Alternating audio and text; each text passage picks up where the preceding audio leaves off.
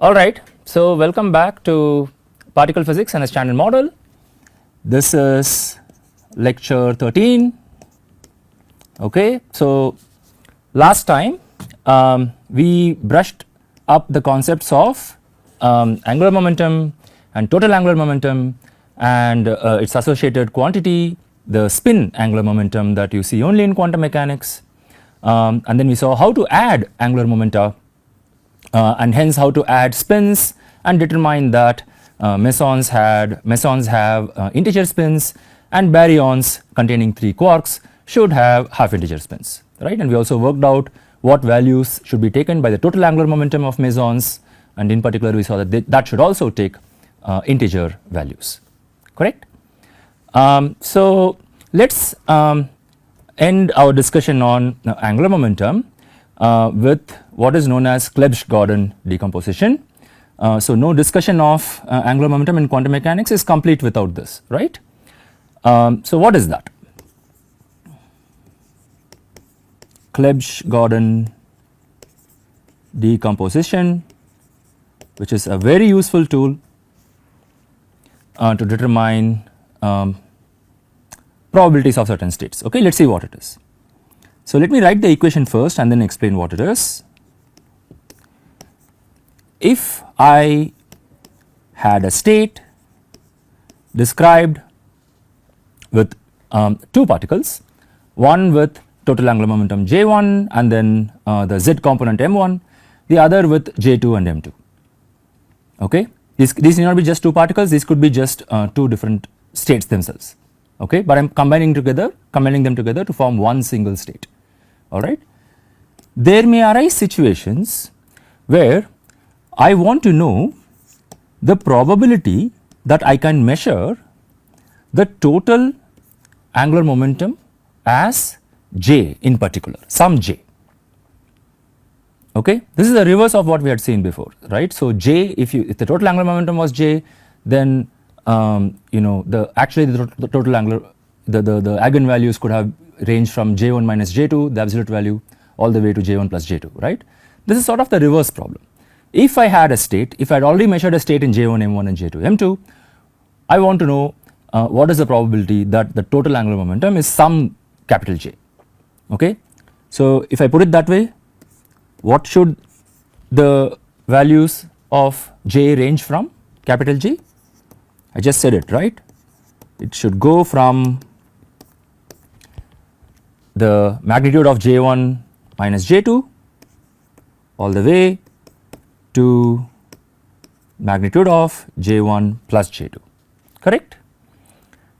Okay, so obviously what I am writing here is a quantum superposition, right, which means I have the requisite coefficients in front. So for this particular J, I have the coefficient, for the coefficient I am going to label it with J, and since I started with a J1 J2, that coefficient corresponds to that, and the total M angular momentum is obviously M, M1, M2. Okay. Now at the end of the day, this is the state that you are going to measure, right. The wave function is going to collapse into one of these states, correct. So that is the measurable, and these are the coefficients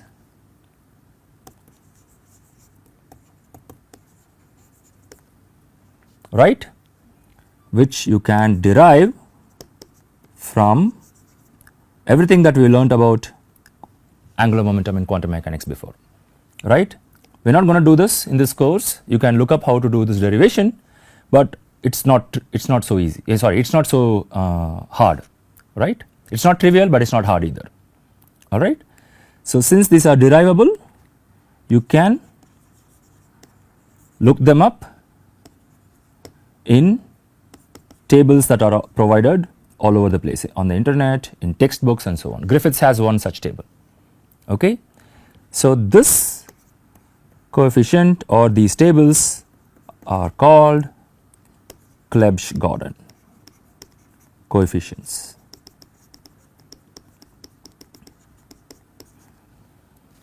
Alright, so these tables are called Clebsch-Gordan tables, and this whole procedure is called Clebsch-Gordan decomposition.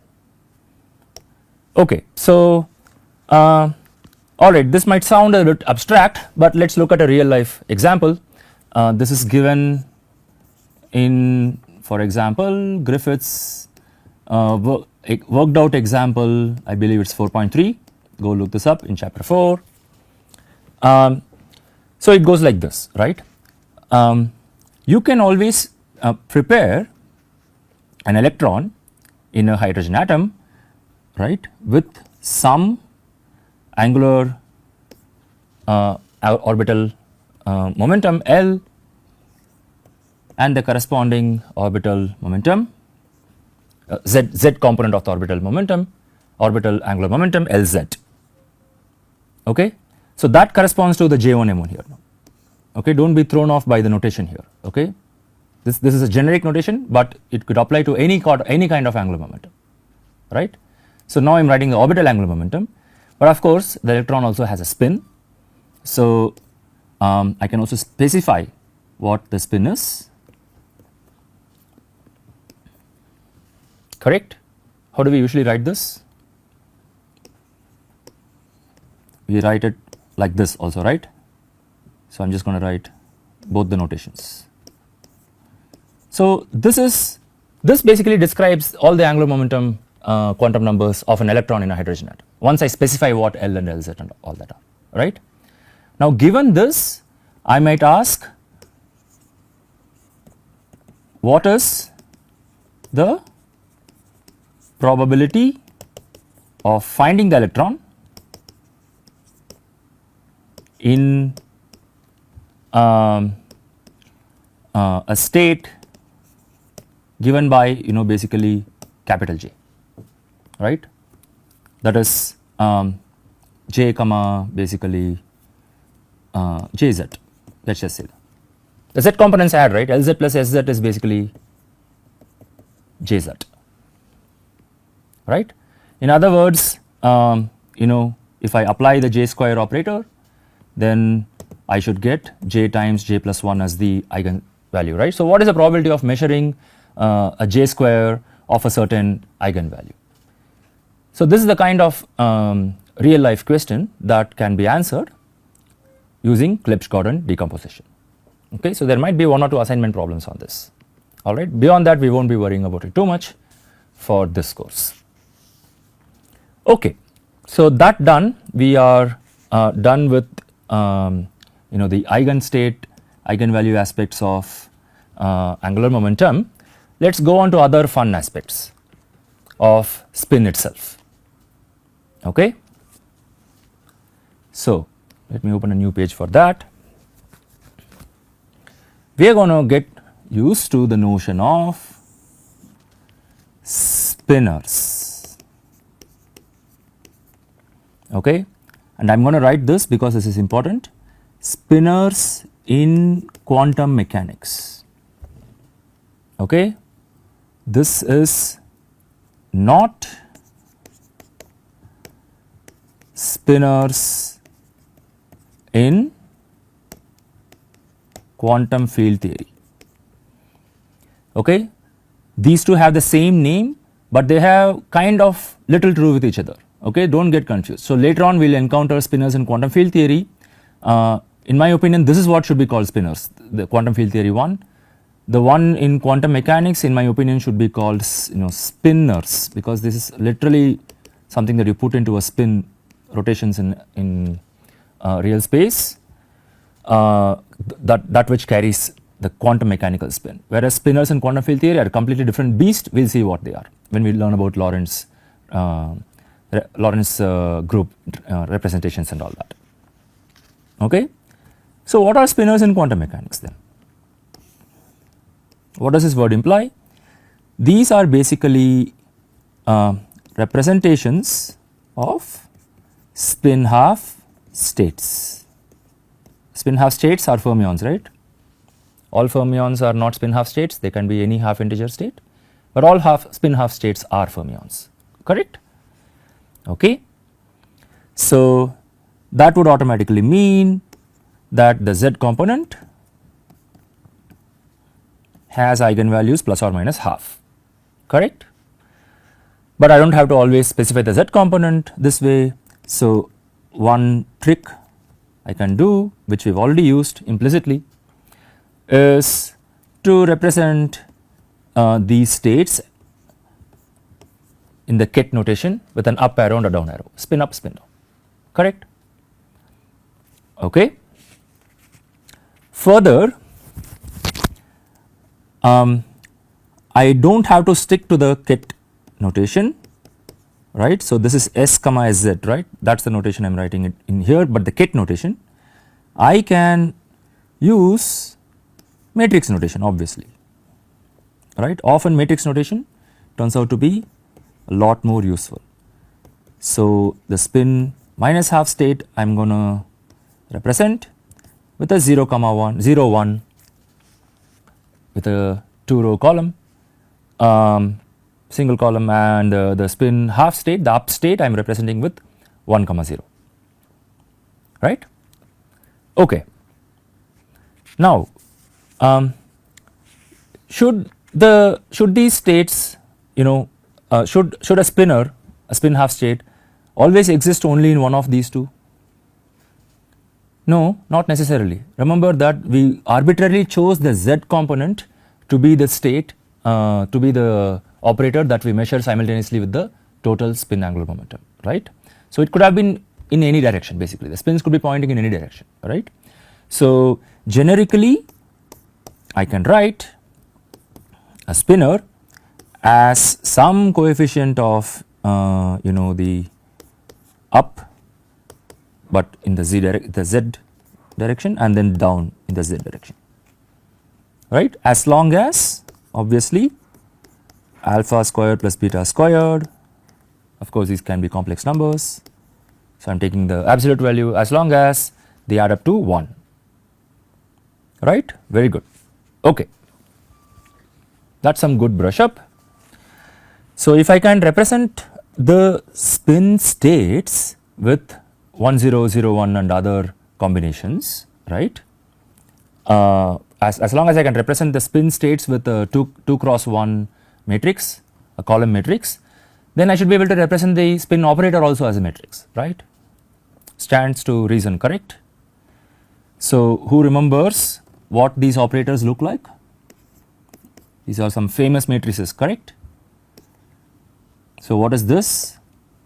The spin in the x direction, that is of course H cross over 2, the Pauli matrix, right. So let me write that out for you, the first Pauli matrix,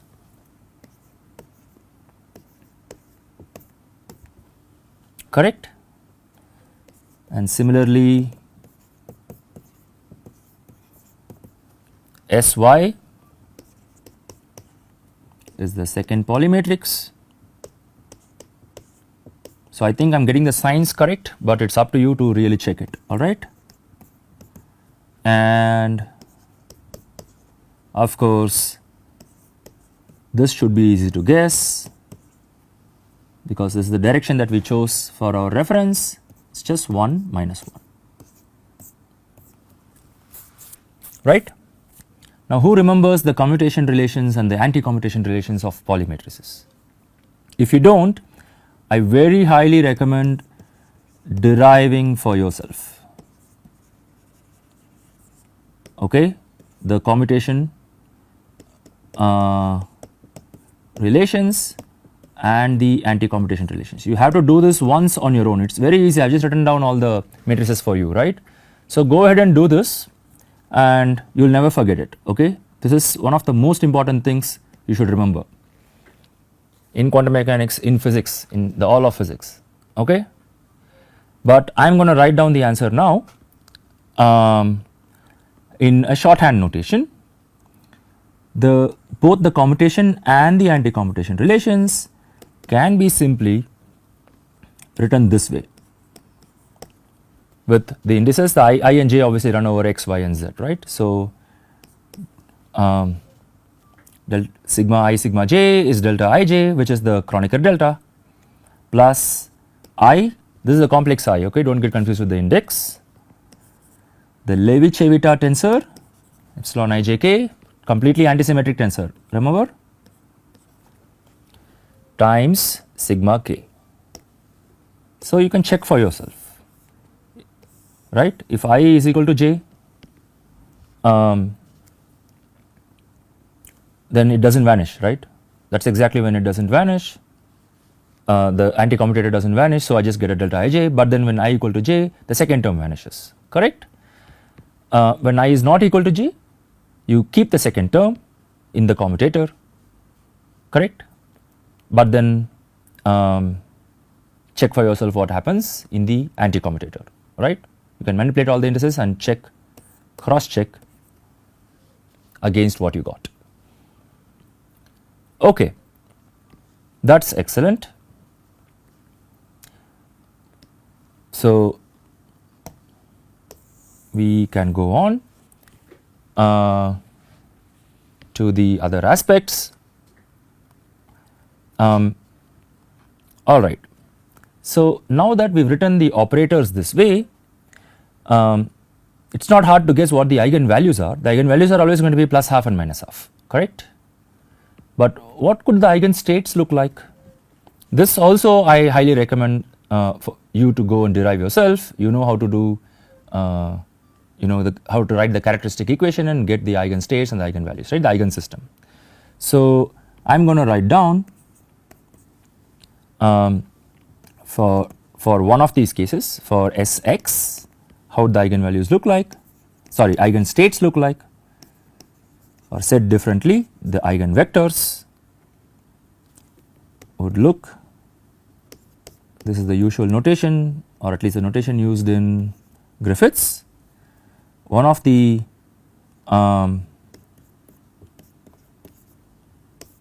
eigenvectors would be basically 1 and 1 suitably normalized. So I have a square root of 2 in the denominator. The other one would be 1 minus 1 suitably normalized. Okay. So similarly you can go work out what the eigenvectors are for Sy. For Sz it is trivial, right, 1 0 0 1, we already wrote that down, alright. Okay, excellent. Now what are the eigenvalues of Sx squared? So let us go back, right. Sx was sigma x up to a proportionality constant, right, and we just saw what the commutation relations were and the anti-commutation relations, and we just saw that sigma x squared, right, should basically be identity, right. You can see it from the matrix here, you can also see it from the commutation relation that I have written down here, right. So sigma x squared is nothing but the proportionality constant squared, which is h bar squared over 4 times the identity, right. Okay, that is trivial to see, but what does it mean physically? Physically it means if this acts on some spinor, okay, alpha beta, any spinor oriented in any direction, you are certain to measure h square over 4, h bar square over 4. What do I mean by that? The probability of measuring that is 1 basically. That's what an identity exactly means as far as operators are concerned, correct. So any spinor oriented in any direction, you hit it with Sx squared, you will measure its eigenvalue with probability 1, okay. So similarly for xy squared and sz squared, right. So now I can write the total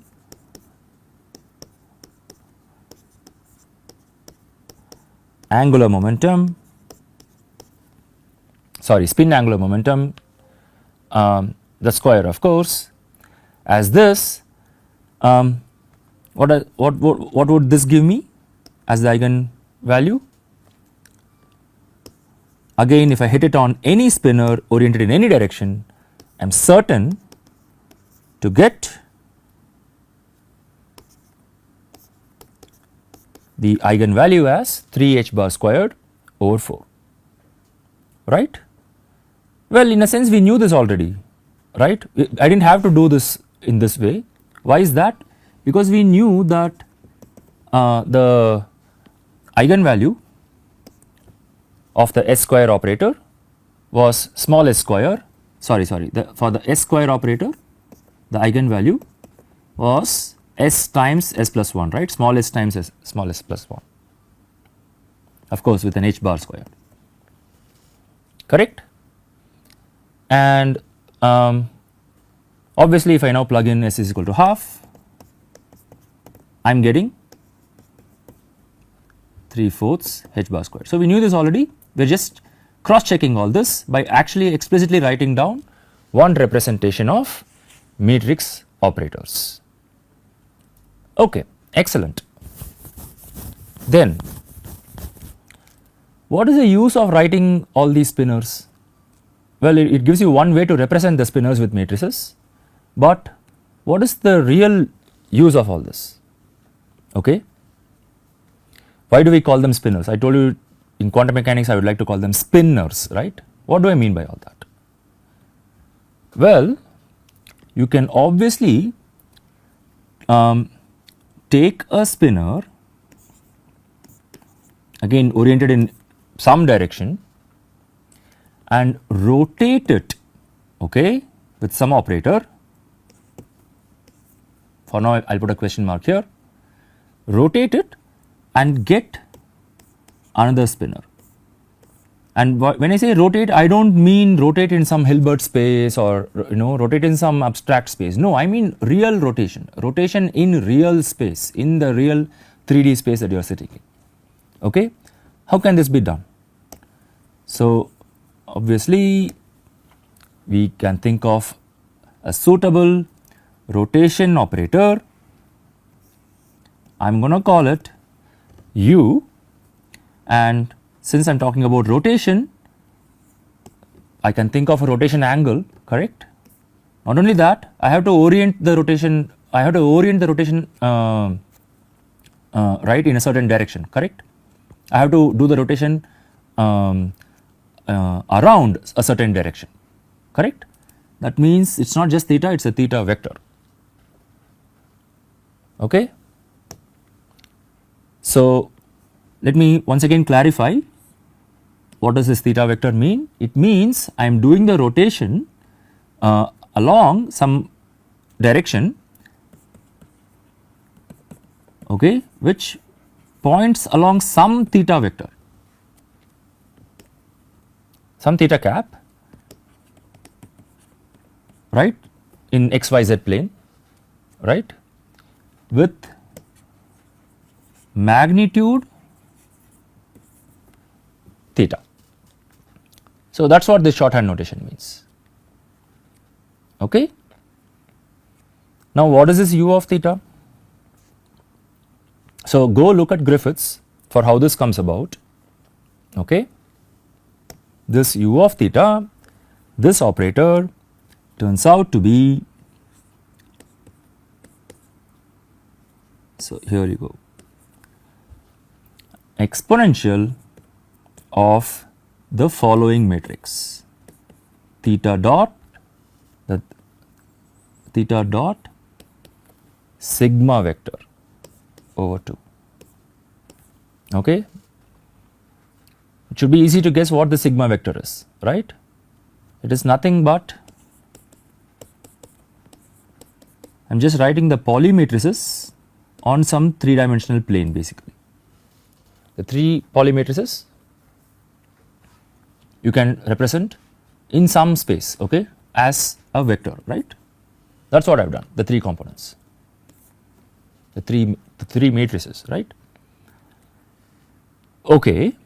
So if you are not familiar with exponentiating a matrix, now is the time to get familiar with it. Okay, let me just briefly write the formula for the expansion for an exponential of a matrix. What is that? What is the first term? Obviously is identity plus a plus a square, the 2 factorial, and so on. This might look trivial. This looks just like as though a is an ordinary number. No, it is not. Here a is a matrix, and so all the rules of matrix algebra apply here, right, especially when you take determinant and trace and things like that, correct. Okay. Now further, once I have given you this, once again I am going to leave this as an exercise to you. Go expand that exponential. Okay, where is it exponential? So expand e power I theta dot sigma and get u of theta vector equals cos theta over 2 times the identity minus I, in this case it is literally the direction of theta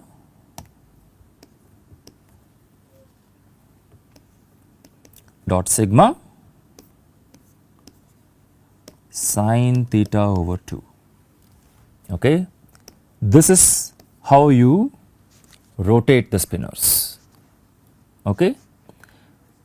To make this look easier, I am just going to expand this into the 2 by 2 matrix. That literally I am just going to write this as a 2 by 2 matrix, right. So that is nothing but cos theta over 2 minus I.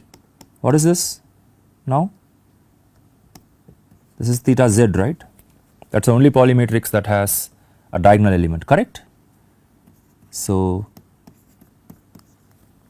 I have this, and then down here the expansion gives me I sin theta over 2.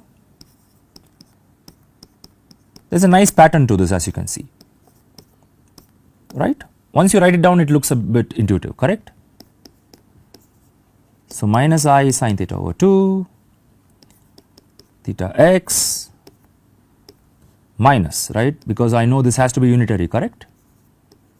Polymatrices are unitary, so expansions in terms of those should also be unitary. Cos theta over 2 plus now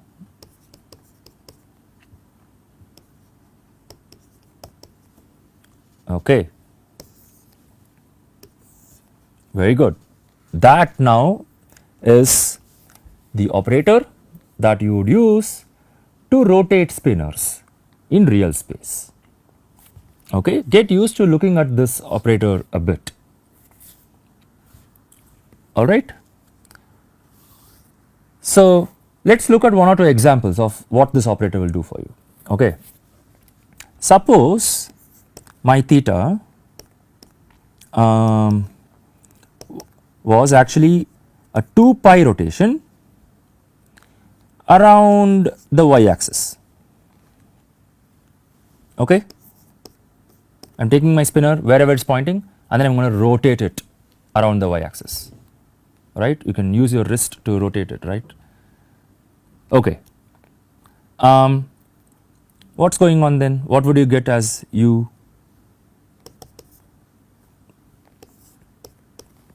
Do this by yourself and you will find that what is going on here. So cos of, I have cos of pi, correct, and that is a minus 1, and then everywhere else I have sin pi, that is a 0, right. So here it is 0, here it is 0, here it is 0, here also it is 0. So I am left with another cos pi, that is also a minus 1. correct. Does this look familiar? This is just what we are talking about when we discuss the spin statistics theorem, correct, that when you rotate a spinner by 2 pi, it does not come back to itself, it comes back to -1 of itself, right. This basically flips the sign of the spinner, and then you rotate it by 1 more 2 pi, it will go back to what its original is, correct.